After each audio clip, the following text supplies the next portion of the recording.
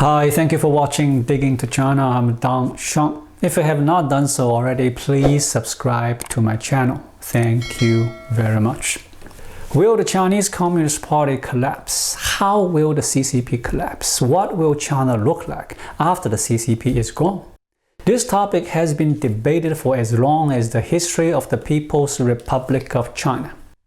Gordon Chang predicted that the CCP would collapse in 2011, but later revised his prediction to 2012. Yet, the CCP has survived. Some have forecast that the CCP would not survive beyond 100 years and would collapse in 2021. But the CCP has weathered the various challenges, including the recent pandemic. However, the topic of CCP collapsing continues to be a popular subject of discussion. Today, I would like to introduce a book titled China After the CCP by Fan Chou, a Taiwanese writer and entrepreneur. Numerous articles have made predictions about the potential collapse of the Chinese Communist Party. However, China After the CCP, the book I'm introducing, is unique in that it does not make predictions about when the CCP will collapse. Instead, it provides a defined vision of what a post-CCP China could look like. This clear definition allows us to examine the issue with a fresh perspective and gain a clear understanding of the potential future of China after the CCP. Mr. Fan Chou's definition sets his book apart from others, as it does not rely on political or moral perspectives centered around internal power struggles within the CCP or advocating for the complete eradication of the evil communist bandits. Instead, Mr. Fan Chou's definition is purely quantitative and technical, focusing on fiscal factors. In essence, the book establishes a cause and effect relationship, where the presence of a specific cause is believed to lead to a particular outcome. So, what is the cause? China has 23 provinces, 5 autonomous regions, 4 municipalities directly under the central government, and 2 special administrative regions, which I'll refer to as administrative units. If 80% of these administrative units experience consecutive years of budget deficits and fiscal shortfalls totaling 8 quarters, that would be the cause. And the resulting outcome would be the collapse of the CCP regime, or one could say the collapse of the system. The reason why this cause and effect relationship exists is because the CCP has lost its legitimacy in terms of ideology and the rational basis for power transition. The current rule of the CCP is heavily dependent on fiscal resources. If the central government or local governments face financial insufficiency and budget deficits, they would struggle to maintain their rule, potentially leading to the collapse of the regime. However, this does not necessarily mean that the CCP would vanish immediately. The author also analyzes various potential changes that might occur after the collapse of the CCP, with numerous possible outcomes influenced by domestic and foreign factors. This forms the general framework of the book. China's current debt level, which includes the debt of the central government, local governments, corporate debt, as well as hidden and off-balance sheet debts, is estimated to have surpassed 3 times its GDP. Unlike the US dollar, the Chinese yuan is not widely accepted internationally, making it difficult for China to distribute excess yuan to other countries as the US does with dollars. Foreign governments show little interest in buying Chinese yuan bonds. Given China's already high debt burden, there is limited room for further bond issuance. State-owned banks may be the only buyers, as ordinary citizens and wealthy individuals in China are actively seeking safer assets such as gold, US dollars, or bitcoins, and would convert yuan at the earliest opportunity. Only ordinary Chinese citizens who have no choice but to use yuan for consumption may hold on to the yuan. Wealthy individuals in China would find ways to convert yuan and are unlikely to be interested in buying government bonds. If the CCP issues government bonds, only CCP-controlled bank may purchase them. However, further bond issuance and excessive money printing could lead to inflation, yuan devaluation, and foreign capital withdrawal, resulting in a disastrous outcome. Therefore, it is unlikely that the CCP will continue to heavily rely on borrowing. Given the current state of the central government's finances, the financial situation of local governments in China is a cause for concern. Land sales, which accounts for 70% of their financial revenue and are closely tied to real estate, are now at risk due to the bursting of the Chinese real estate bubble. This loss of a major revenue source has left local governments unable to pledge collateral for loans, making borrowing difficult. Additionally, local government expenditures are rising rapidly as China's urbanization continues to drive economic growth. With 60% of the population living in cities, local governments are responsible for social welfare, public services, transportation, healthcare, and education for urban residents, resulting in increased expenditure. It's not a matter of if local government will face financial deficits, but rather when, as the decrease in financial revenue and the increase in financial expenditure create a challenging situation. China's economic development model can be summarized as one whip and two ends, which involves importing raw materials and technology from abroad and exporting finished products. However, China is facing challenges in this model.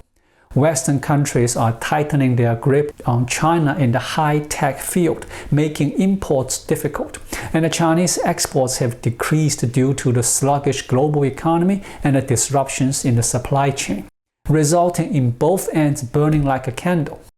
Despite President Xi Jinping's emphasis on the concept of dual circulation and boosting domestic demand, domestic consumption has been slow to recover, even after the cancellation of COVID-19 prevention and control measures, with no significant surge in revenge consumption.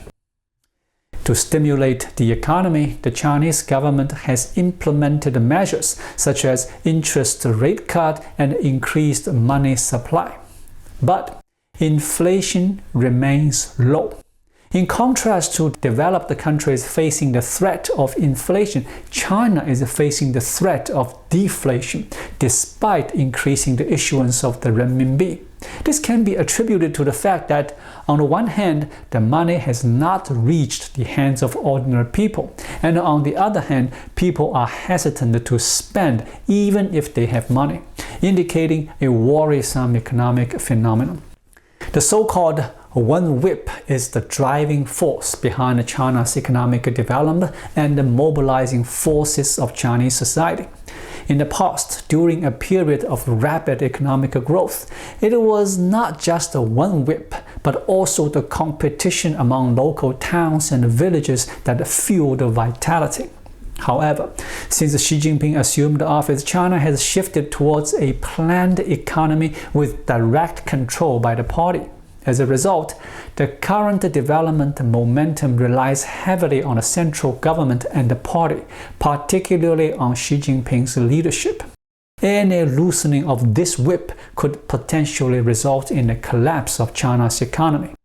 While Xi Jinping's leadership was effective in keeping the Chinese population in place during the pandemic, the zero-COVID policy implemented in the past 3 years has also eroded Xi Jinping's credibility.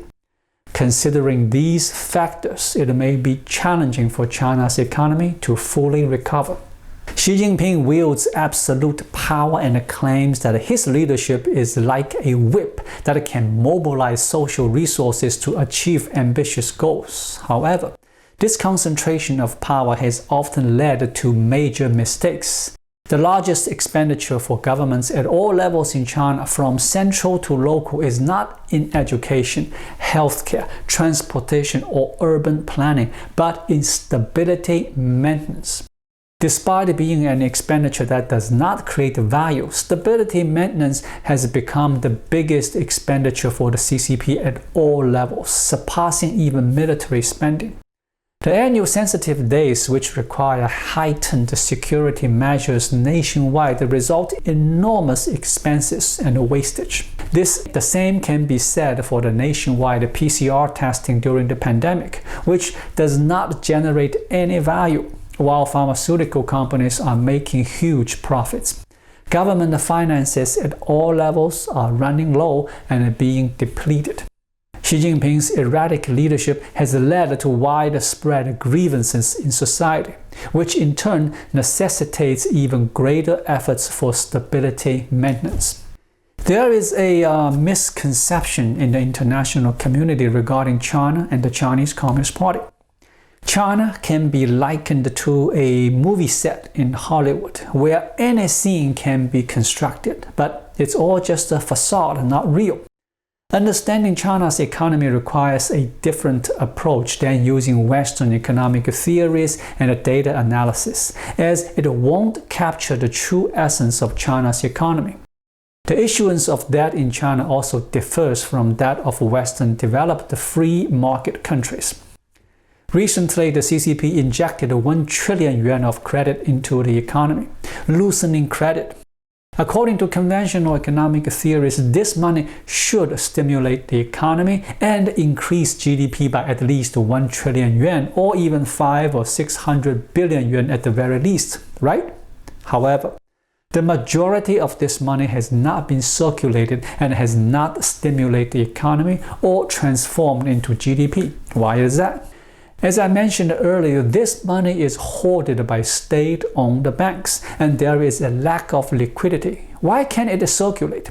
Because loans cannot be issued. Companies are wary of the economic outlook and are hesitant to invest. Real estate loans are no longer being granted, and ordinary people are reluctant to buy houses, resulting in reduced consumption. As a result, this money is either used by companies or local governments to repay old debts with new debts, wasted or embezzled. The CCP's financial leverage is no longer effective. Many Western experts either don't understand or pretend not to understand the Chinese peculiarities of China's economy. Several Wall Street investment banks fall into the latter category. And even the International Monetary Fund struggles to fully comprehend China's economy.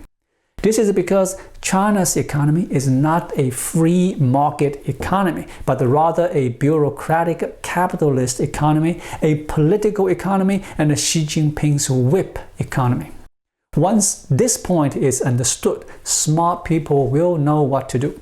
According to filings with the U.S. Securities and Exchange Commission, SoftBank Group, led by Masayoshi Son, has sold $7.2 billion worth of Alibaba stock in the first quarter of this year, after setting a record by selling $29 billion worth of Alibaba stock last year. Masayoshi Son gained fame for his investment in Alibaba. He strongly believed in the Chinese market, particularly in innovative technology companies. He went on to establish the SoftBank Vision Fund, which attracted investment from notable investors like the Saudi Crown Prince. However, SoftBank Group is currently selling Alibaba shares due to a lack of funds, resulting in a decrease in its stake from a peak of 34% to 3.8%. Interestingly, despite Alibaba's stock price being at its initial listing price, Masayoshi Son continues to divest from the company. There are two reasons for this: the need for funds and a loss of confidence in Xi Jinping. Masayoshi Son had high hopes for Xi Jinping in the past, but the Chinese leader's crackdown on the technology industry has disappointed him. However, Masayoshi Son still held some hope for Xi Jinping. It seems that he has now realized that cutting losses and running away is the best plan, following the Chinese strategy of the 36 stratagems. In summary, based on the cause and effect relationship proposed by Taiwanese scholar Fan Chou, if 80% of the governing units under the Chinese Communist Party incur losses and operate in deficit for 2 consecutive years, it could result in the collapse of the CCP. The Chinese economy has already slowed down, and the implementation of zero-COVID policy has led to significant fiscal loopholes in local governments. These loopholes cannot be easily resolved by expanding credit, as it may pose risks of severe inflation. China's economy is not a typical market economy, but rather one centered around politics. Wise individuals shall know the appropriate steps to take. Thank you for watching. Please leave a comment and subscribe to my channel. Just click the subscribe button right here. I'll see you again shortly. Until then, be well.